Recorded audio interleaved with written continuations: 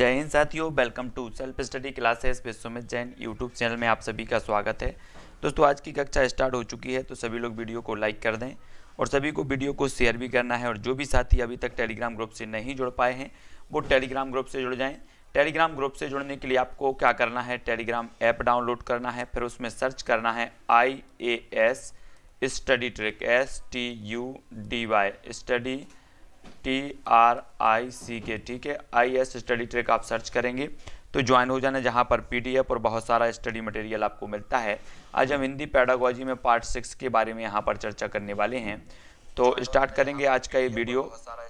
सभी साथी आ गए हैं और स्टार्ट होने वाला आज का जो टेस्ट है। आज के टेस्ट में हम बहुत ही महत्वपूर्ण प्रश्नों को पढ़ने वाले हैं, ठीक है। और जिसके पास वो इन्फॉर्मेशन नहीं जाती है तो बेल आइकन को दबाएं और उसमें आता है ऑल पर क्लिक जरूर करें, ठीक है। और सब्सक्राइब कर लें सभी लोग, है ना। स्टार्ट करेंगे आज का ये वीडियो जी। आज का हमारा पहला क्वेश्चन है दोस्तों, वो क्या है, उपचारात्मक शिक्षण को सफल बनाने के लिए निम्न में से किसका सहारा लिया जाता है। हमें बताना है उपचारात्मक शिक्षण को सफल बनाने के लिए किसका सहारा लिया जाता है। दृश्य श्रव्य साधनों का, शिक्षण विधियों का, अभ्यास कार्य का। तब हमें बताना है 4 विकल्प हैं और 4 में से एक का चयन करना है। क्या हो जाएगा आपका सही उत्तर। तो उपचारात्मक शिक्षण को सफल बनाने में सभी लोग बताएंगे, सभी को स्टार्ट करना। उपचारात्मक शिक्षण को सफल बनाने के लिए निम्नलिखित में से किसका सहारा लिया जाता है।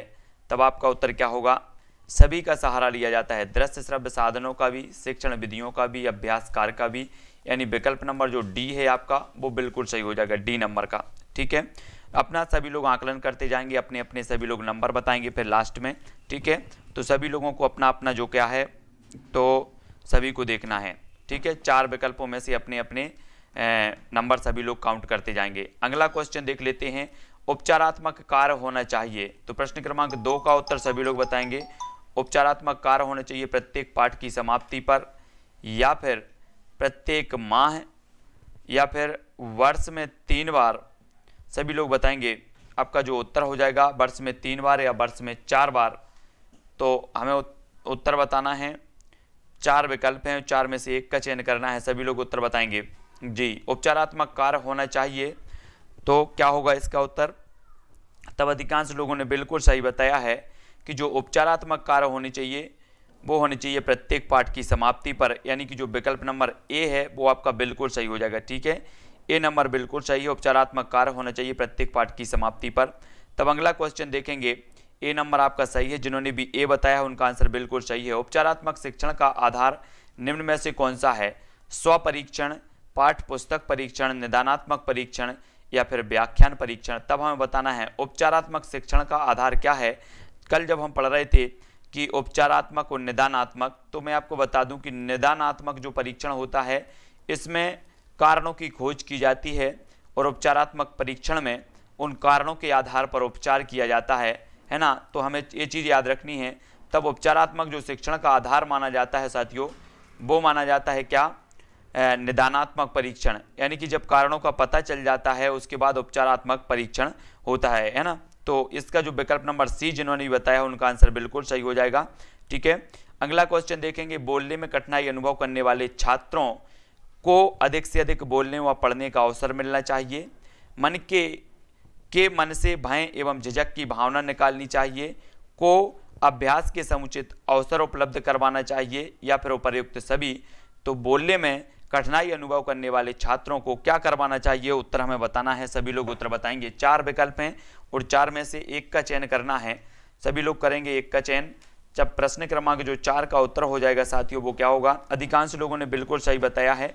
जिन्होंने भी डी बताया है उनका आंसर बिल्कुल सही है। वो अपने 1 अंक में इजाफा करते हुए आगे बढ़ेंगे, ठीक है। डी नंबर आपका बिल्कुल सही हो जाएगा। नेक्स्ट प्रश्न देखेंगे, मौखिक अभिव्यक्ति के समय होने वाली त्रुटियों पर बार बार टोकने से क्या होता है। 4 विकल्पों में से एक चयन लिखो। पहला विकल्प है बच्चों की त्रुटियां खत्म हो जाती हैं। दूसरा है बच्चे अपनी त्रुटियों के कारण को समझ जाते हैं। बच्चे धीरे धीरे खामोश होने लगते हैं, या बच्चों के भीतर आत्मविश्वास बढ़ता है। तब हम सभी को बताना है उत्तर। 4 विकल्प हैं हमारे सामने और हमें बताना है कि जो मौखिक अभिव्यक्ति के समय होने वाली त्रुटियों पर बार बार टोकने से क्या होता है। सभी लोग उत्तर बताएंगे और सभी को बताना है। 4 विकल्प हैं, ए बी सी डी, सभी लोग उत्तर बताना है यहाँ पर, तो मोस्ट इंपॉर्टेंट है। फिर प्रश्न क्रमांक 5 का जो आपका आंसर हो जाएगा वो क्या हो जाएगा, 4 विकल्पों के माध्यम से सभी को उत्तर बताना है, ठीक है, बहुत बढ़िया। तो प्रश्न क्रमांक 5 का जो उत्तर हो जाएगा दोस्तों वो क्या होगा, सी जिन्होंने भी बताया उनका आंसर बिल्कुल सही है। वो 1 नंबर का अपना इजाफा कर लें अपने स्कोर में, सी नंबर वाले, ठीक है। मौखिक अभिव्यक्ति के समय होने वाली त्रुटियों पर बार बार टोकने से बच्चे धीरे धीरे खामोश होने लगते हैं, यानी कि सी नंबर आपका सही होगा, खामोश होने लगते हैं, ठीक है, सी नंबर बिल्कुल सही हो जाएगा। अगर बार बार आप टोकते हो तो बच्चे खामोश होने लगते हैं और जो है फिर बोलने का साहस नहीं बिठा पाते, तो सी नंबर आपका सही होगा। अगला क्वेश्चन देखेंगे, रागिनी हमेशा हेडपंप को चापाकल बोलती है, एक शिक्षिका के रूप में क्या करेंगे, सभी को बताना है। रागिनी को समझाएंगे कि यह चापाकल नहीं हेडपंप है, संपूर्ण कक्षा को बताएंगे कि हेडपंप को चापाकल भी कहा जाता है, या फिर उसे डांटेंगे कि उसने गलत शब्द का प्रयोग किया है, या फिर उसकी तरफ कोई ध्यान नहीं देंगे। तो प्रश्न क्रमांक 6 का उत्तर हमें बताना है। रागिनी हमेशा हेडपंप को चापाकल बोलती है और एक चापाकल बोलती है, और एक शिक्षिका के रूप में आपका जो कर्तव्य होगा वो क्या होगा। तब अधिकांश लोगों ने बिल्कुल सही बताया है कि विकल्प नंबर जो आपका है वो क्या हो जाएगा, उत्तर होगा बी, यानी कि संपूर्ण कक्षा को बताएंगे कि हैंडपंप को चापाकल भी बोलते हैं, यानी कि बी नंबर जिन्होंने बताया है उनका बिल्कुल सही है, ठीक है, हैंडपंप को चापाकल भी बोला जाता है और इस संपूर्ण कक्षा को वो बताएंगे, तब आपका जो बी नंबर है वो आपका सही होगा। जिन्होंने भी बी बताया है वो अपना +1 स्कोर कर लेंगे, ठीक है, 1 प्लस करेंगे। अगला क्वेश्चन देखेंगे, राहुल को जब भी कक्षा में उत्तर देने के लिए कहा जाता है वह हकलाने लगता है, इसका क्या कारण हो सकता है, सभी लोग बताएंगे। राहुल जानबूझकर ऐसा करता है ताकि उसे जवाब ना देना पड़े, राहुल को सही उत्तर नहीं पता होता, या यह राहुल की आदत है, या राहुल बड़े समूह के सामने अपनी बात कहने में मनोवैज्ञानिक दबाव महसूस करता है। तो प्रश्न क्रमांक डी का हमें उत्तर बताना है, सभी लोग उत्तर बताएंगे। प्रश्न क्रमांक 7 का उत्तर क्या हो जाएगा, तो 4 विकल्प हैं, ए बी सी डी में से हमें चयन करना है और अधिकांश लोग जो चयन कर रहे हैं वो डी को चयन ज़्यादा लोग कर रहे हैं, बहुत बढ़िया आंसर है सभी लोगों का, डी नंबर बिल्कुल सही होगा कि राहुल बड़े समूह के सामने अपनी बात कहने में मनोवैज्ञानिक दबाव महसूस करता है, तो डी नंबर जिन्होंने बताया है उनका आंसर बिल्कुल सही हो जाएगा डी, ठीक है। अगला क्वेश्चन देख लेंगे, प्राथमिक स्तर की कक्षा में संप्रेषण का महत्व, संप्रेषण का माध्यम खालिस्तान ही होनी चाहिए क्योंकि इसी भाषा में ही बच्चे का मस्तिष्क सबसे पहले क्रियाशील होता है, तो किस भाषा में होना चाहिए प्राथमिक स्तर की शिक्षा में संप्रेषण का माध्यम। 4 विकल्प हैं, अंग्रेजी, मातृभाषा, प्रदेश की भाषा या फिर हिंदी। तो सभी लोगों को उत्तर बताना है कि प्राथमिक स्तर की जो शिक्षा में संप्रेषण का माध्यम होना चाहिए वो क्या होनी चाहिए। तब सभी लोगों को पता है और सभी लोग अच्छे से जानते हैं कि प्राथमिक स्तर पर अगर मातृभाषा से जो है मातृभाषा शिक्षा का माध्यम है तो बच्चा ज़्यादा क्रियाशील रहता है और ज़्यादा सीखता है, तब आपका बी नंबर बिल्कुल सही होगा, है ना। बच्चे का शुरुआती मस्तिष्क उसके घर परिवेश की आपसी बोलचाल से प्रभावित होता है, वह उसे मातृभाषा के रूप में प्रयोग करता है, प्राथमिक स्तर पर संप्रेषण का माध्यम मातृभाषा ही होना चाहिए। तब अगला क्वेश्चन है, भाषा की पाठ्य पुस्तकों में दिए गए अभ्यास बच्चों की चीज़ों को परखने, गहराई से जुड़ने और व्यापक अनुभव स्तर से तादात्म्य जो है का अवसर देते हैं, बच्चों की भाषाई और सांस्कृतिक विविधता को सीमित करते हैं, या फिर बच्चों को विस्तृत अभ्यास करने और शिक्षकों को बच्चों की भाषा में सुधार करने के तरीके बताते हैं, या बच्चों का सही आकलन करने में सदैव मदद करते हैं कि वे क्या नहीं जानते। तो हमें बताना है 4 विकल्पों में से भाषा की पाठ्य पुस्तकों में दिए गए अभ्यास ये किस प्रकार से बच्चों के लिए उपयोगी हैं, ये हमें बताना है। 4 विकल्प हैं, 4 विकल्प को अच्छे से पढ़ना है और फिर उत्तर बताना है कि क्या बच्चों को अवसर देते हैं या सुधार करते हैं, इस प्रकार से। तो अधिकांश लोगों ने बताया है उत्तर ए, और आपका उत्तर जो हो जाएगा वो ए ही हो जाएगा, बच्चों की चीज़ों को परखने, गहराई से जुड़ने और व्यापक अनुभव स्तर से जो है तादात्म्य का अवसर देते हैं। तब याद रख लेना है आपको कि भाषा की पुस्तकें अंत में दी गई अभ्यास प्रश्नावली बच्चों को 3 प्रकार के अवसर देती है, चीज़ों को परखने, गहराई से जुड़ने और प्राप्त अनुभव स्तर से तथ्यों को जो है तथ्य ज्ञात करने, इसके जो है अवसर देती है। तब अगला क्वेश्चन है अपना, हिंदी भाषा में सतत आकलन का सर्वाधिक उचित तरीका क्या है? हर 15 दिन में सरल परीक्षा लेना, बच्चों को अपने अनुभवों को कहने लिखने के लिए पर्याप्त अवसर देना, बच्चों से समूह में परियोजना कार्य करवाना, या फिर बच्चों से अनौपचारिक बातचीत करना। तो हिंदी भाषा में हमें बताना है उत्तर क्या होगा। हिंदी भाषा में सतत आकलन का सर्वाधिक उचित तरीका क्या है? जब 4 विकल्प हैं और 4 का उत्तर बताना है। अपना टेस्ट चल रहा है, अपना जो भी डाउट है, अपना जो भी प्रश्न है, अपन क्या पूछना चाहते हैं, वो 5 मिनट आपको लास्ट में दिए जाएंगे, उसमें हम सभी चर्चा करेंगे। तो प्रश्न क्रमांक 10 का जो आपका आंसर होगा वो क्या होगा? बी, यानी कि बच्चों को अपने अनुभव को कहने लिखने के पर्याप्त अवसर देना। ए, बी नंबर जिन्होंने भी बताया है उनका आंसर बिल्कुल सही है, बी नंबर का। ठीक है, बहुत बढ़िया आंसर। बच्चे जब अपने अनुभवों को कहने तथा लिखने में पूर्णतः आसक्त हो जाते हैं तब उनका आकलन आसानी से किया जा सकता है। सतत मूल्यांकन आकलन का सर्वाधिक उचित तरीका यही है कि बच्चों को अनुभव को कहने और उन्हें लिखने के उचित अवसर दिए जाएं। तो बी नंबर आपका बिल्कुल सही होगा। तब अगला क्वेश्चन क्या है? अगला क्वेश्चन है साथियों, भाषा कक्षाओं में प्रदर्शित सामग्री केवल तब सजावटी हो जाती है जब बच्चों को पढ़ना लिखना सिखाने में उसका उपयोग नहीं होता। वह बच्चों को अनिवार्यतः कोई मूल्य ना सिखाए, वह सामग्री पाठ्य पुस्तक की ना हो, या फिर बच्चे उसे आते जाते देखते हैं। तो बताना है कि भाषा कक्षाओं में, हमें सभी लोग बताएंगे, भाषा कक्षाओं में प्रदर्शित सामग्री केवल तब सजावटी हो जाती है जब, उत्तर सभी लोगों को आना चाहिए, सभी लोगों का उत्तर जो होगा वो क्या होगा? बच्चों को पढ़ना लिखना सिखाने में उसका उपयोग नहीं होता। तो बहुत बढ़िया आंसर आ रहा है। जिन्होंने भी उत्तर बताया है ए, उनका आंसर बिल्कुल सही है। ठीक है, वो अपना 1 नंबर प्लस करेंगे अपने स्कोर में। सभी लोग काउंट करेंगे अपना अपना नंबर।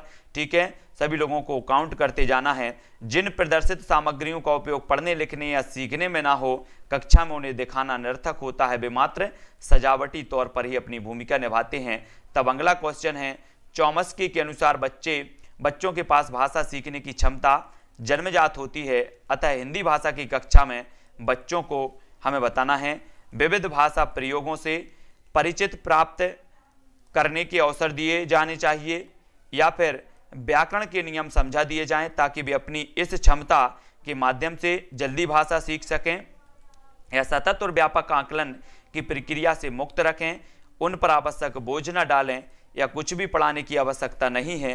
तब चॉम्स्की के अनुसार हमें बताना है कि चॉम्स्की के अनुसार बच्चों के पास भाषा सीखने की क्षमता जन्मजात होती है और हिंदी भाषा की कक्षा में बच्चों को क्या करना चाहिए? 4 विकल्पों में से एक उत्तर बताना है। तो अधिकांश लोग उत्तर बी बता रहे हैं, कुछ लोग ए बता रहे हैं और कुछ लोग बता रहे हैं सी। तब आपका जो आंसर होगा वो क्या होगा? ए आपका बिल्कुल सही है। विविध भाषा प्रयोगों से परिचित प्राप्त करने के अवसर दिए जाने चाहिए। तो ए नंबर आपका बिल्कुल सही हो जाएगा। ए जिन्होंने बताया है उनका आंसर बिल्कुल सही है। हिंदी भाषा की कक्षा में भिन्न भिन्न भाषा प्रयोगों का परिचय दिया जा सकता है, बच्चे उन्हें अधिकाधिक ग्रहण कर सकते हैं, क्योंकि चॉम्स्की के अनुसार जो है बच्चों के पास भाषा सीखने की क्षमता जन्मजात होती है। ये चीज़ भी आपको याद रखनी है। चॉम्स्की ने माना है कि जो बच्चों के पास भाषा सीखने की क्षमता होती है वो जन्मजात होती है। याद रख लेना है सभी लोगों को। तब अगला क्वेश्चन है अपना, निम्न में से कौन सा नियम पढ़ना सीखने में मुश्किल पैदा नहीं करता? यह सुनिश्चित करना कि ध्वनि के नियम सीखकर उन पर अमल किया जाए, या फिर बच्चों पर सावधानी पूर्वक पढ़ने के लिए जोर डालना, शब्द प्रति शब्द पढ़ते हुए गति को बढ़ाने का आग्रह करना, चित्र संदर्भ और पूर्व अनुभवों के आधार पर अनुमान लगाते हुए पढ़ाने के अवसर देना। तो हमें बताना क्या है कि निम्नलिखित में से कौन सा नियम पढ़ना सीखने में मुश्किल पैदा नहीं करता? सीखने में मुश्किल पैदा नहीं करता तो कौन नहीं करता? सभी लोग बताएंगे। 4 विकल्प हैं, 4 में से एक उत्तर बताना है कौन सा नियम नहीं करता।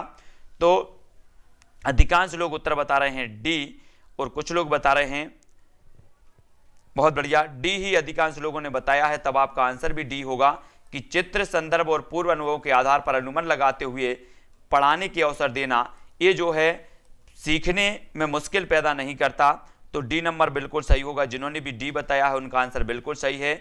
विषय वस्तु से संबंधित रंगीन चित्र संदर्भ व पूर्व अनुभवों से लिए गए अनुमान बच्चों को पढ़ने सीखने में काफ़ी सहायक होते। इसके विपरीत ध्वनि के नियम पढ़ने पर अनावश्यक दबाव आदि बच्चों को पढ़ने लिखने में मुश्किल पैदा करते हैं।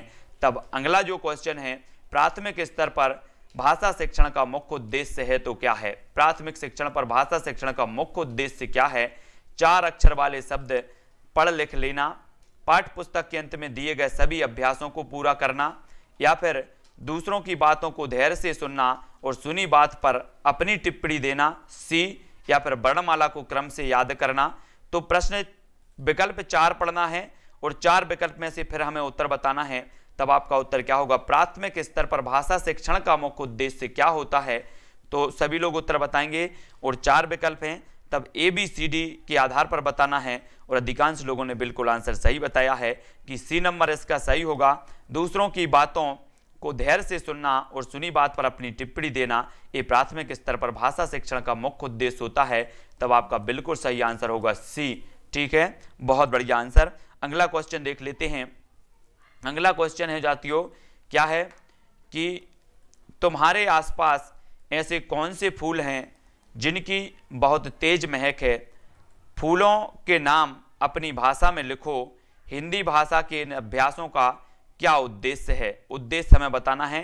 पाठ को अपने अनुभव संसार से जोड़ने की अवसर देना और बहुभाषिकता को पोषित करना, बच्चों की भाषा को कक्षा में स्थान देते हुए जानना कि क्या वे अपनी भाषा में लिख सकते हैं, बच्चों को फूलों और उनकी महक के बारे में विस्तृत जानकारी देना, या बच्चों से यह जानना कि कितने फूलों के नाम जानते हैं।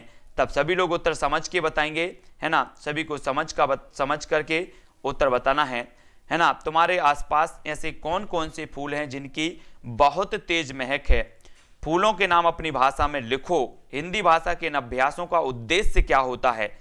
तब अधिकांश लोग जो उत्तर बता रहे हैं कि पाठ को अपने अनुभव संसार से जोड़ने के अवसर देना और बहुभाषिकता को पोषित करना, यानी ए नंबर जिन्होंने भी बताया है उनका आंसर बिल्कुल सही होगा। किसी वस्तु की ऐसी जानकारी जो उसने अपने अनुभवों से प्राप्त की है, बच्चा अपनी भाषा में आसानी से लिख सकता है। अतः बच्चों को उनके अनुभव संसार से जुड़े प्रश्नों को पूछने के अवसर देने चाहिए। इस प्रकार के जो है अभ्यास से बच्चों की बहुभाषिकता पोषित होती है। तब प्रश्न क्रमांक अपना 16 है, संगीता अक्सर शब्दों को उल्टा लिखती है और लिखते समय कुछ अक्षरों को छोड़ देती है, उसे लिखने में कठिनाई होती है, उसकी समस्या खालिस्तान से संबंधित है। आपको बताना है डिस्ग्राफिया से, डिस्कैलकुलिया से, दृष्टिबाधिता से, या डिसलेक्सिया से। तब 4 विकल्प हैं। प्रश्न क्रमांक 16 का उत्तर हमें बताना है। समझ के बताएंगे सभी लोग उत्तर क्या होगा। तो 16 प्रश्न क्रमांक 16 का उत्तर बताना है और 16 का उत्तर जो अधिकांश लोग बता रहे हैं कि संगीता अक्सर शब्दों को उल्टा लिखती है, ये जो समस्या है वो समस्या है डिस्ग्राफिया, यानी कि विकल्प नंबर जिन्होंने बताया है उनका एक जो विकल्प है, एक जो नंबर है वो बढ़ता है। ठीक है, डिस्ग्राफिया हो जाएगा। ऐसे क्वेश्चन कई बार पूछे जाते हैं, है ना? तो ये नंबर आपका बिल्कुल सही हो जाएगा। अगला क्वेश्चन देख लेंगे। प्राथमिक स्तर पर बच्चों के शुरुआती भाषा विकास में सर्वाधिक योगदान दे सकता है या सकती है तो कौन दे सकती है? टीवी पर देखे जाने वाले 15 मिनट के कार्टून कार्यक्रम, गृह कार्य पर व्यय किए जाने वाले 30 मिनट, या फिर एक FM पर 15 मिनट सुने जाने वाले समाचार, या परिवार में होने वाली परस्पर गुणवत्तापूर्ण बातचीत। तो प्राथमिक स्तर पर सभी लोग बताएंगे, प्राथमिक स्तर पर जो है बच्चों के शुरुआती भाषा विकास में सर्वाधिक योगदान दे सकता है तो कौन दे सकता है? तब अधिकांश लोगों ने बिल्कुल आंसर सही बताने का प्रयास किया है कि जो परिवार में होने वाले परस्पर गुणवत्तापूर्ण बातचीत है, ये प्राथमिक स्तर पर बच्चों की शुरुआती भाषा विकास में सर्वाधिक योगदान दे सकते हैं। तो डी नंबर जिन्होंने बताया है उनका आंसर बिल्कुल सही है। डी नंबर वालों का आंसर सही होगा, है ना? अगला क्वेश्चन देखो, भाषा अधिगम के अंतर्गत कौन सा कथन सही नहीं है बताना है। 4 विकल्प हैं। आत्मोन्मुख भाषा के माध्यम से बालक स्वयं से संवाद करता है, कम आयु के बच्चे 2 या 3 भाषाओं का प्रयोग नहीं सीख सकते, या सामाजिक भाषा के माध्यम से बच्चा सारी दुनिया से संवाद करता है, या फिर बच्चे अपनी अच्छी खासी विकसित भाषिक व्यवस्था के साथ विद्यालय आते हैं। तो आपको प्रश्न को अच्छे से पढ़ना है कि भाषा अधिगम के अंतर्गत कौन सा कथन सही नहीं है। सही नहीं है हमें बताना है, और सही नहीं है तब आपका आंसर क्या होगा? 18 का उत्तर बताना है, और 18 का जो आंसर आपका हो जाएगा वो क्या होगा? सभी लोगों को अच्छे से समझना है और फिर उत्तर बताना है। तब अधिकांश लोगों ने जो उत्तर बताया है कि यहाँ पर नहीं है बताना था, नहीं है, तब आपका आंसर बिल्कुल सही हो जाएगा। कौन सा? सी नंबर। सी नंबर जिन्होंने भी बताया है कि सामाजिक भाषा के माध्यम से बच्चा सारी दुनिया से संवाद करता है, ये सही नहीं है। सामाजिक भाषा के माध्यम से बच्चा सारी दुनिया से संवाद करता है, भाषा अधिगम के अंतर्गत कथन सही नहीं है, क्योंकि समाज व क्षेत्र की भाषा भिन्न होती है। तो ये चीज आपको समझनी है। सी नंबर जिन्होंने बताया उनका आंसर बिल्कुल सही है। भाषा की कक्षा में सक्रिय विद्यार्थी का अर्थ है तो क्या है? जो कक्षा में सभी छात्रों से खूब बातचीत करे, जो शिक्षकों के निर्देशों पर कार्य करे, जो कक्षा में चलता फिरता रहे, या फिर जो विभिन्न कार्यों में शामिल होते हुए अपनी गलतियां सुधारे। तो 19 का उत्तर सभी लोगों को बताना है। 19 का आंसर क्या हो जाएगा? भाषा की कक्षा में सक्रिय विद्यार्थी का अर्थ है तो क्या है? सभी को 19 का आंसर बताना है और 19 का जो आंसर हो जाएगा वो क्या हो जाएगा? सभी लोगों को भाषा की कक्षा में सक्रिय विद्यार्थी का अर्थ क्या है, तब सभी लोग आंसर बताएंगे। 4 विकल्प हैं और 4 में से जो आपका आंसर हो जाएगा वो क्या होगा? तब प्रश्न क्रमांक 19 का जो आपका आंसर होगा वो क्या होगा? डी। डी यानी कि डी वाला आपका बिल्कुल सही होगा। जो विभिन्न कार्यों में शामिल होते हुए अपनी गलतियां सुधारे, भाषा की कक्षा में सक्रिय विद्यार्थी कहलाता है। तो डी नंबर आपका बिल्कुल सही होगा। जिन्होंने भी डी आंसर बताया है वो +1 करेंगे, ठीक है, 1 नंबर प्लस करेंगे। बहुत बढ़िया आंसर। डी नंबर जिन्होंने भी बताया उनका आंसर सही है। भाषा सीखने के लिए सर्वाधिक महत्वपूर्ण है तो क्या है? भाषा की पाठ्यपुस्तकें, समृद्ध भाषिक वातावरण, व्याकरण के नियमों की जानकारी, पाठ्यपुस्तकों के शब्दों को रटाना। तो प्रश्न क्रमांक 20 का आंसर सभी लोग बताएंगे। भाषा सीखने के लिए सर्वाधिक महत्वपूर्ण है तो क्या है? 4 विकल्प हैं और 4 में से एक का चयन करना है। भाषा सीखने के लिए सर्वाधिक महत्वपूर्ण है तो क्या है? तब अधिकांश लोग जो बता रहे हैं, कुछ बी बता रहे हैं, कुछ सी बता रहे हैं, कुछ ए बता रहे हैं और अधिकांश लोग बता रहे हैं बी। तो बहुत बढ़िया आंसर, समृद्ध भाषिक वातावरण, यानी बी नंबर आपका बिल्कुल सही होगा। बी नंबर भाषा सीखने के लिए सर्वाधिक महत्वपूर्ण है। समृद्ध भाषिक वातावरण भाषा सीखने के लिए सर्वाधिक महत्वपूर्ण कारक होता है, क्योंकि समृद्ध भाषिक वातावरण में ही बच्चा भाषा सीखने में रुचि व सक्रिय बन सकता है। तो बी नंबर बिल्कुल आपका आंसर सही है।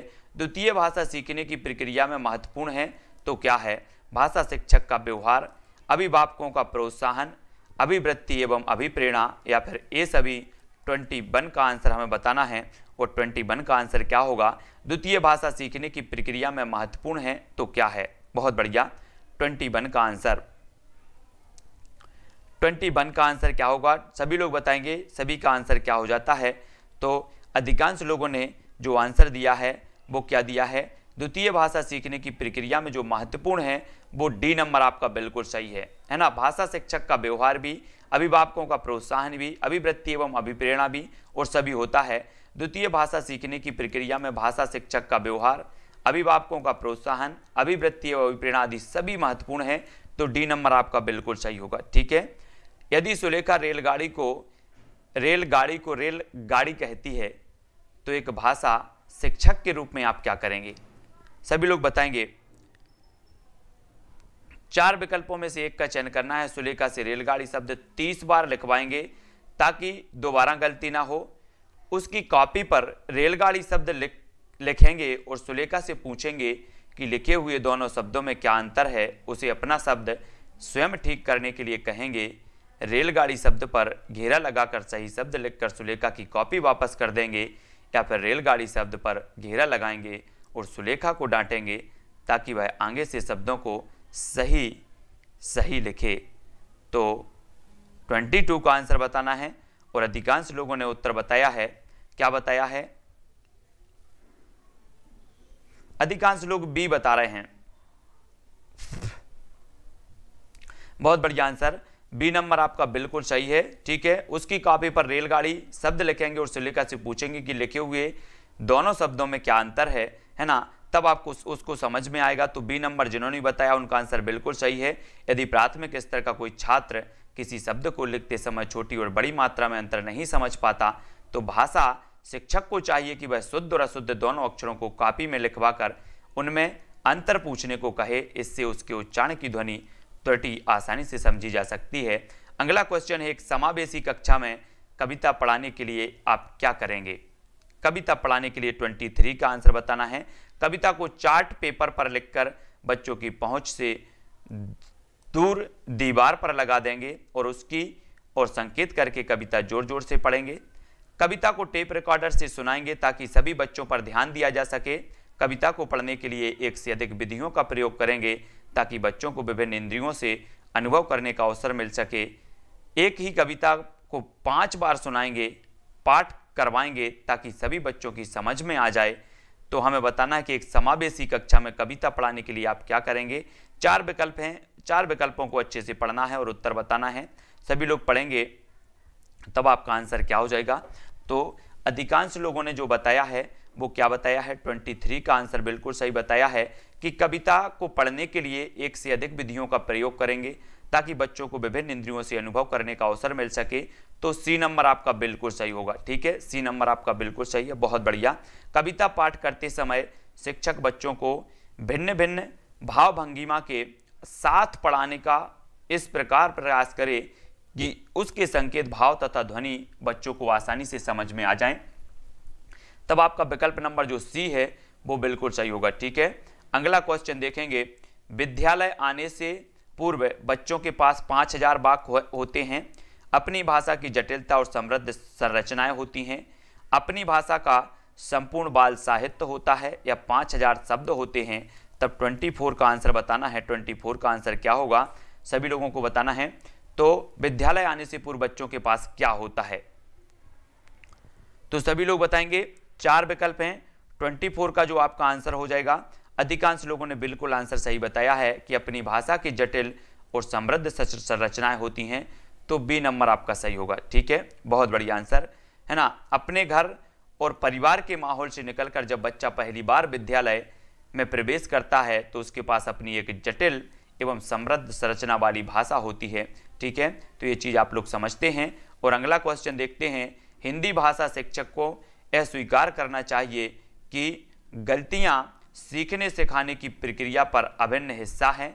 गलतियों पर बिल्कुल ध्यान न देने से भी सुधर जाती हैं, या फिर बच्चों को उनकी गलतियां समझाना उनके भाषा विकास में महान बाधा है, या बच्चों को भाषा सिखाना जरूरी नहीं है। तो स्वीकार करना चाहिए कि क्या स्वीकार करना चाहिए। 25 का आंसर सभी लोग बताएंगे और 25 का जो आंसर होगा आपका वो क्या होगा सभी लोगों को बताना है। और आज तो लगभग सभी लोग बिल्कुल सही आंसर बता रहे हैं और 25 का आंसर ए बिल्कुल सही होगा कि गलतियां सीखने सिखाने की प्रक्रिया का अभिन्न हिस्सा हैं। तो ए नंबर आपका बिल्कुल सही होगा। हिंदी भाषा शिक्षक को यह स्वीकार करना चाहिए कि गलतियां सीखने सिखाने की प्रक्रिया का अभिन्न हिस्सा हैं। तो ए नंबर जो है आपका सही होगा। ठीक है, बहुत बढ़िया, ए नंबर आपका सही है। ये चीज़ याद रखनी है कि जब बच्चे कहानियाँ पढ़ते हैं तो वे बिना किसी उद्देश्य के पढ़ते हैं, वे घटनाओं पात्रों में उलझ जाते हैं, वे अन्य लोगों के अनुभवों में प्रवेश करते हैं या उनका नैतिक विकास अनिवार्यतः होता है। तो 26 का आंसर बताना है। 26 का आंसर क्या होगा सभी लोगों को बताना है। जब बच्चे कहानियाँ पढ़ते हैं तो वे बिना किसी उद्देश्य के पढ़ते हैं, वे घटनाओं पात्रों में उलझ जाते हैं। तो अधिकांश लोग उत्तर बता रहे हैं, कुछ लोग सी बता रहे हैं, कुछ लोग डी बता रहे हैं और कुछ लोग ए बता रहे हैं। तो आपका जो आंसर होगा, जब बच्चे कहानियाँ पढ़ते हैं तो वे अन्य लोगों के अनुभवों में प्रवेश करते हैं। तो सी नंबर जिन्होंने बताया है उनका आंसर बिल्कुल सही है, सी नंबर का। ठीक है, सी नंबर कैसे देखो, प्राथमिक स्तर तक बच्चे कहानियों में अत्यधिक रुचि रखते हैं तथा जब वे उन कहानियों को सुनते हैं तो अन्य लोगों के अनुभवों में प्रवेश करते हैं। तो सी नंबर आपका बिल्कुल सही होगा। अगला क्वेश्चन देख लो। दीपिका एक अच्छी गायिका है, लेकिन कक्षा में जब उसे पढ़ाने को कहा जाता है ना, पढ़ने को कहा जाता है तो वह हकला कर तुतलाने लगती है। इसका कारण हो सकता है तो क्या होगा, प्रयत्न लाघव, भौगोलिक कारण, मनोवैज्ञानिक कारण या उपरोक्त में से कोई नहीं। तो 27 का आंसर हमें बताना है, सभी लोग बताएंगे है ना। 27 का जो आंसर है वो क्या होगा, तो सभी लोगों को उत्तर बताना है और सभी लोगों ने जो आंसर बताया है वो बिल्कुल सही बताया है कि इसका जो कारण हो सकता है वो मनोवैज्ञानिक कारण है, यानी कि सी नंबर आपका सही होगा। सी नंबर जिन्होंने बताया है उनका आंसर बिल्कुल सही है, ये मनोवैज्ञानिक कारण हो जाएगा। ठीक है, सी नंबर का है ना। दीपिका एक अच्छी गायिका है, लेकिन कक्षा में जब उसे पढ़ने को कहा जाता है तो वह हकला कर तुतलाने लगती है, इसका मनोवैज्ञानिक कारण हो सकता है। तो आपका मनोवैज्ञानिक कारण यानी कि सी नंबर बिल्कुल सही होगा। ठीक है, व्याकरण के संबंध में सत्य है तो क्या है? सत्य बताना है। व्याकरण का काम भाषा सीखना है, व्याकरण का काम भाषा को व्यवस्थित करना है, व्याकरण का काम भाषा को सौंदर्यपूर्ण बनाना है, या फिर व्याकरण का काम भाषा को सरल बनाना है। तो 28 का आंसर 4 विकल्प हैं। 4 विकल्प के माध्यम से सभी लोग लिखेंगे। सभी लोग वीडियो को लाइक जरूर करेंगे, है ना। व्याकरण के संबंध में सत्य है तो सत्य क्या है? तब अधिकांश लोगों को प्रश्न को अच्छे से पढ़ना है और सभी लोगों को पढ़ना है। तो आपका जो आंसर होगा, बहुत सारे लोगों में कन्फ्यूजन है बी और सी में, तो आपका जो आंसर होगा साथियों वो होगा बी, यानी कि व्याकरण का काम भाषा को व्यवस्थित करना, और बी नंबर आपका बिल्कुल सही हो जाएगा। ठीक है, भाषा को व्यवस्थित करना आपका सही होगा, बी नंबर, ना कि सी, है ना। बी आपका सही है। व्याकरण का काम भाषा को व्यवस्थित करना है। कथन व्याकरण के संबंध में सत्य है, चूंकि व्याकरण नियमबद्ध होता है जो भाषा को शुद्ध और परिष्कृत बनाता है। तब आपका जो विकल्प नंबर बी है वो आपका सही होगा। अगला क्वेश्चन देखो, भेजे मन भावन के उधव के आवन की सुध ब्रज गावन में पावन जबे लगी, इस पंक्ति के रचनाकार कौन है? भेजे मन भावन के उधव के आवन के सुधि ब्रज गावन में पावन जबे लगी, पंक्ति के रचनाकार हमें बताना है। तो क्या होगा? सूरदास जी, कुंभन दास जी, नंददास जी, या फिर जगन्नाथ दास रत्नाकर जी। 29 का उत्तर हमें बताना है। आपका उत्तर क्या होगा? भेजे मन भावन के उधव के आवन की, ये जो पंक्ति हो जाएगी साथियों, ये हो जाएगी जगन्नाथ दास रत्नाकर, यानी कि विकल्प नंबर जो डी है वो आपका सही होगा। डी जिन्होंने बताया है उनका आंसर बिल्कुल सही है। जगन्नाथ दास रत्नाकर की ये पंक्ति मानी जाती है, और जो जगन्नाथ दास रत्नाकर साहब हैं ये जकी नाम से लिखते थे, इनका उपनाम था जकी, है ना। इनका उपनाम क्या था? जकी था। और ये जगन्नाथ दास रत्नाकर जी की पंक्ति है, सभी को याद रखना है। डॉक्टर नगेंद्र ने किस युग को स्थूल के प्रति सूक्ष्म का विद्रोह कहा है? प्रश्न क्रमांक 30 का उत्तर बताना है। भारतेंदु युग को, भक्ति काल को, रीति काल, या फिर छायावाद को। तो प्रश्न क्रमांक 30 का सभी लोग उत्तर बताएंगे, है ना। सभी को बताना है डॉक्टर नगेंद्र ने किस युग को स्थूल के प्रति सूक्ष्म का विद्रोह किया कहा है? तब सभी लोगों को पता है कि जो छायावाद है, यानी कि जो विकल्प नंबर डी है ना। छायावाद 1918 से 1936 का जो काल माना जाता है वो छायावाद युग के नाम से जाना जाता है, और स्थूल के प्रति सूक्ष्म का विद्रोह ये छायावाद के लिए परिभाषा दी है नगेंद्र साहब ने। ठीक है, सभी को याद रखना है। इस प्रकार से भी क्वेश्चन अगर एक आध दो आपसे पूछ लिए जाएं, है ना, तो उसके लिए भी हमें तैयार रहना है। मेरी तिब्बत यात्रा के रचनाकार कौन है? तब सभी को बताना है मेरी तिब्बत यात्रा के रचनाकार श्री राम शर्मा, बनारसीदास चतुर्वेदी, महादेवी वर्मा, या फिर राहुल सांकृत्यायन। 31 का आंसर बताना है। जैसे वर्ग 2 में हुआ क्या था कि वर्ग 2 में 3-4 क्वेश्चन उन्होंने नाटक और जो है इनसे पूछ लिए थे, तो उन जो किसी ने पढ़े नहीं थे और वो प्रश्न जिनसे बनते थे तो ठीक है, वो अधिकांश लोग गलत करके आए थे। तो मेरी तिब्बत यात्रा के रचनाकार कौन है? तब अधिकांश लोगों ने बिल्कुल सही बताया है, राहुल सांकृत्यायन जी जो हैं ये मेरी तिब्बत यात्रा के जो रचनाकार माने जाते हैं। ठीक है, और इनकी एक आत्मकथा है मेरी जीवन यात्रा, मेरी जीवन यात्रा इनकी आत्मकथा का नाम है। तो ये चीज भी सभी को याद रखना है ना, राहुल सांकृत्यायन के। अगला क्वेश्चन है साथियों, त्यागपत्र उपन्यास के उपन्यासकार कौन है? 32 का आंसर सभी लोग बताएंगे। त्यागपत्र उपन्यास के उपन्यासकार बताना है। यशपाल हैं, जैनेन्द्र हैं, अज्ञे, या फिर उपेंद्रनाथ अस्के हैं। तो त्यागपत्र का बताना है। उत्तर क्या होगा? त्यागपत्र उपन्यास के जो उपन्यासकार माने जाते हैं, तब अधिकांश लोग उत्तर बताएंगे। सभी लोगों को बताना है त्यागपत्र जो उपन्यास है इसके जो उपन्यासकार हैं वो है कौन? बी, यानी कि जैनेन्द्र कुमार। बी नंबर आपका बिल्कुल सही होगा। ठीक है, जैनेन्द्र कुमार का है सुनीता, कल्याणी, त्यागपत्र, परख, ये सारे के सारे जो उपन्यास हैं वो जैनेन्द्र कुमार जी के हैं। तो बी नंबर आपका सही होगा। ठीक है, अगला क्वेश्चन है हिंदी साहित्य के इतिहास के संबंध में modern vernacular literature of Hindustan किसने लिखा है? सभी को बताना है। 33 का आंसर बताना है, सभी लोग बताएंगे। और सबसे पहले अगर बात की जाती है कि हिंदी में काल विभाजन की बात कही गई तो इसी ग्रंथ में कही गई, modern vernacular literature of Hindustan में। ठीक है, और इसका रचना काल माना जाता है 1888। ठीक है, और एशियाटिक सोसाइटी ऑफ बंगाल के तत्वाधान में ये प्रकाशित हुई थी, और ये रचना के जो लेखक हैं वो जॉर्ज ग्रियर्सन साहब हैं, जॉर्ज ग्रियर्सन, यानी विकल्प नंबर आपका बिल्कुल सही होगा।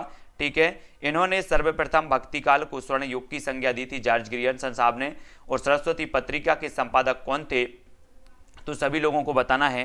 देखो, अगर बात करें कि प्रथम संपादक, तो प्रथम जो संपादक थे वो श्याम सुंदर दास थे। इसके बाद 1903 में जो संपादक बने थे वो कौन बने थे, महावीर प्रसाद द्विवेदी। तो ये चीज़ सभी को याद रख लेनी है। और इस प्रकार से जब क्वेश्चन आता है तब आपका उत्तर होता है महावीर प्रसाद द्विवेदी। तो बी नंबर आपका बिल्कुल सही हो जाएगा। ठीक है, बहुत बढ़िया।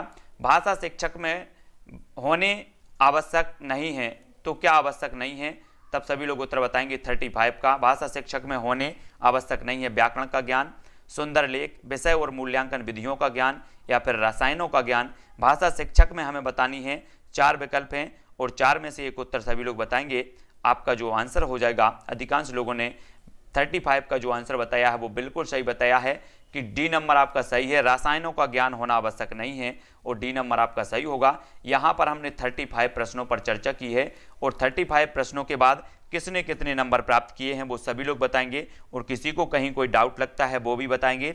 ठीक है, और वीडियो को सभी लोगों को लाइक करना है। रोज अपनी क्लास होती है कितने बजे, 2:30 बजे होती है। ठीक है, तो सभी लोग वीडियो को लाइक जरूर करेंगे। जो भी महत्वपूर्ण प्रश्न होते हैं वर्ग 2 की पेडागोजी के प्रश्न करने की, बिल्कुल वर्ग 2 की जो पेडागोजी है या वर्ग 2 में जो पेडागोजी के प्रश्न आए थे उनके भी प्रश्न भी हम लेकर के आएंगे।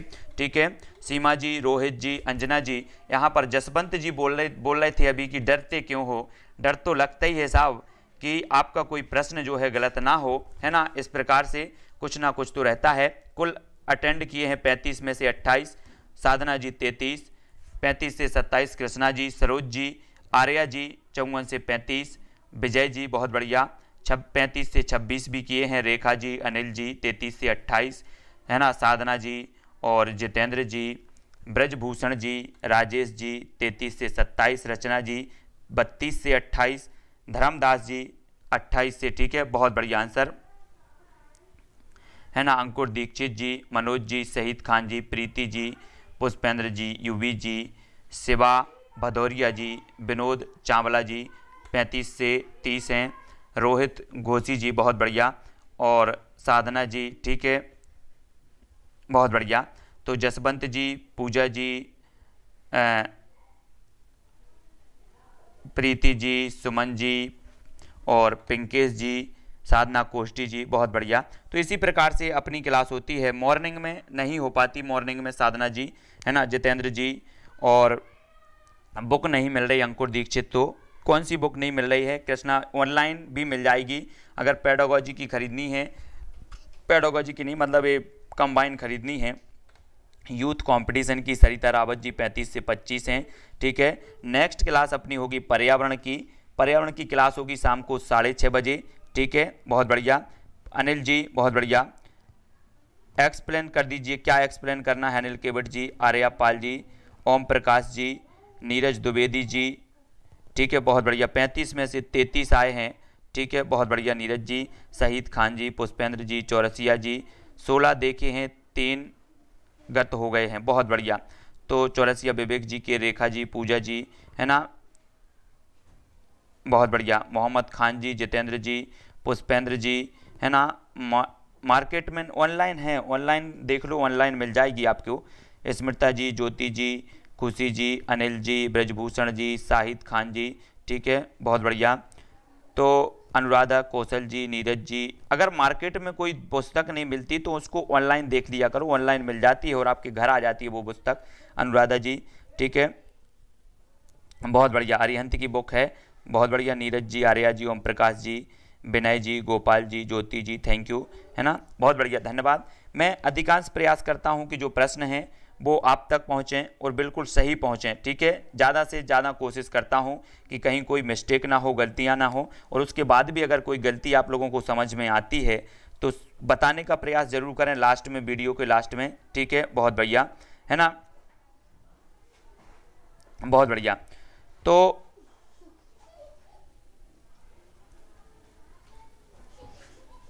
बहुत बढ़िया, ठीक है जसवंत जी, कोई दिक्कत नहीं है। जितेंद्र जी, खुशी जी, अनुराधा जी, है ना, और राजेंद्र लोधी जी। ठीक है, और ये जो अपनी क्या है वो PDF है वो अपनी टेलीग्राम ग्रुप में मिलेगी। ओम प्रकाश जी और चौरसिया जी, रामकरण सिंह जी, सभी को धन्यवाद। अपनी क्लास में एक ही शिकायत सब लोगों की होती है कि सर नाम नहीं लेते। मैं चाहता हूं कि अपनी जब क्लास होती है बिना डिस्टरबेंस के क्लास चले, है ना, ताकि सभी लोगों को अच्छे से अच्छे समझ में आए, है ना। कुछ लोगों ने, बहुत सारे लोगों ने बोला कि सर बीच में अपन क्या करते हैं, अगर नाम लेते हैं किसी का तो उसमें दिक्कत होती है, समझने में भी दिक्कत होती है। तो मैंने भी यही सोचा कि हाँ सही बात है, और जितने लोग जुड़ पा रहे हैं, जितने लोग नाम के पीछे आ रहे हैं, मुझे बिल्कुल भी कहीं दिक्कत नहीं है। जो नाम के पीछे आ रहे हैं वो बिल्कुल अपना नाम लेने वाली क्लास में जाएं। मैं चाहता हूं कि लास्ट में आपका सारी की सारी जो समस्याएं हैं, नाम लेने की समस्या, वो भी लास्ट में मैं कर देता हूं। लेकिन बीच की क्लास में मुझे भी थोड़ा अजीब लगता है, और पढ़ने वाले, बाद के पढ़ने वालों का भी अजीब लगता है पढ़ने में, ठीक है। तो इसलिए सभी का कॉम्बिनेशन बने रहे, इसी हिसाब से मैंने जो है नाम लेने की जो प्रक्रिया है वो कम की है। लेता रहता हूँ बीच बीच में, लेकिन वो कम की है ना। तो सरिता जी, विनय जी, ओम प्रकाश जी और ज्ञान सिंह जी, अनिल जी, बहुत बढ़िया। लास्ट में क्या है वो सही है। शिवाजी, सभी के लास्ट में मैं नाम लूँगा, बिल्कुल कोई दिक्कत नहीं। मुझे पता है कि नाम लेने से बहुत बढ़िया सभी लोगों को भी एक आत्म गौरव की बात हो जाती है ना। विनय कुमार जी, टेलीग्राम है IAS स्टडी ट्रिक नाम से, तो उससे सभी लोगों को जुड़ जाना है। और सारी की सारी PDF आपको टेलीग्राम ग्रुप में मैं प्रेषित करता हूं। जब भी मुझे टाइम मिलता है तो मैं पूरी की पूरी PDF उठा के टेलीग्राम में डाल देता हूं, है ना। लबी कंबोज जी, धर्म जी, ठीक है, बहुत बढ़िया। तो जो भी पढ़ना चाहते हैं वो पढ़ें, और मुझे इससे बिल्कुल कहीं तकलीफ नहीं होती है ना। जिसको अच्छा लग रहा है उनको पढ़ना चाहिए, और जिसको नहीं समझ में आ रही उनको बिल्कुल भी नहीं पढ़ना चाहिए। ये मेरा आप सभी के सुझाव है, जहां आपको अच्छी चीज़ मिलती है, ठीक है। बहुत बढ़िया, बहुत बढ़िया। हाँ जसवंत जी, बहुत बढ़िया विचार है आपका, और यही मैं चाहता हूं कि जो वास्तव में पढ़ना चाहते हैं वो क्लास में रहेंगे। जो टाइम पास करने आते हैं उनका नाम लेने से कोई मतलब नहीं है, ठीक है। टाइम है लबी जी अपना 2:30 बजे रोज क्लास होती है हिंदी शिक्षा शास्त्र की, शाम को 6:30 बजे होती है पर्यावरण की, 7:15 पर अपनी बाल विकास होती है, और 10:10 पर होती है अपनी हिंदी व्याकरण की, ठीक है। हिंदी व्याकरण के भी बहुत ही महत्वपूर्ण मैंने टेस्ट सीरीज निकाली है ना। टेस्ट सीरीज जो है नोट्स बना रहा हूँ। तो इसके बाद हस्तलिखित कुछ नोट्स हैं, 3-4 वीडियो वाले और हैं। तो हस्तलिखित नोट्स जो भी 3-4 वीडियो में कंप्लीट होंगे, उसके बाद नोट्स भी कंप्लीट हो रहे हैं। नोट्स के आधार पर भी आपको क्रमबद्ध जो है तरीके से आपको पढ़ाएंगे, आपका अभ्यास करवाएंगे, ठीक है, बहुत बढ़िया। तो ऑफलाइन भी देखी हैं, ऑफलाइन भी हैं सभी क्लासें, तो ऑफलाइन भी सभी लोग देख सकते हैं, ऑनलाइन भी आ सकते हैं, ठीक है, और PDF भी प्राप्त कर सकते हैं। मैं हमेशा प्रयास करता हूं कि ज़्यादा से ज़्यादा मटेरियल और अच्छा से अच्छा मटेरियल आप तो लोगों तक प्रेषित किया जाए। तो सभी लोग वीडियो को लाइक जरूर करें, ठीक है, बहुत बढ़िया। तो लेबी कंबोज जी और रंजना यादव जी, सभी को धन्यवाद। सभी लोग इसी प्रकार से जुड़े रहें जो वास्तव में पढ़ना चाहते हैं, ठीक है। मैं बिल्कुल भी ऐसा नहीं चाहता कि मुझे अनाप शनाप या कुछ भी लोग भीड़ मचाने से वो हो। मेरी क्लास में आपने देखा होगा सिर्फ बात होती है स्टडी की, है ना। किसी भी प्रकार से अपन कोई भी लोग इस प्रकार से बात नहीं करते। स्टडी वाली बात हो, बिल्कुल इसी प्रकार से स्टडी करते रहें, ठीक है। मुझे भी अच्छा लगता है, पढ़ने में भी अच्छा लगता है सभी के साथ में। और आज की वीडियो के लिए बस इतना ही साथियों, जय हिंद।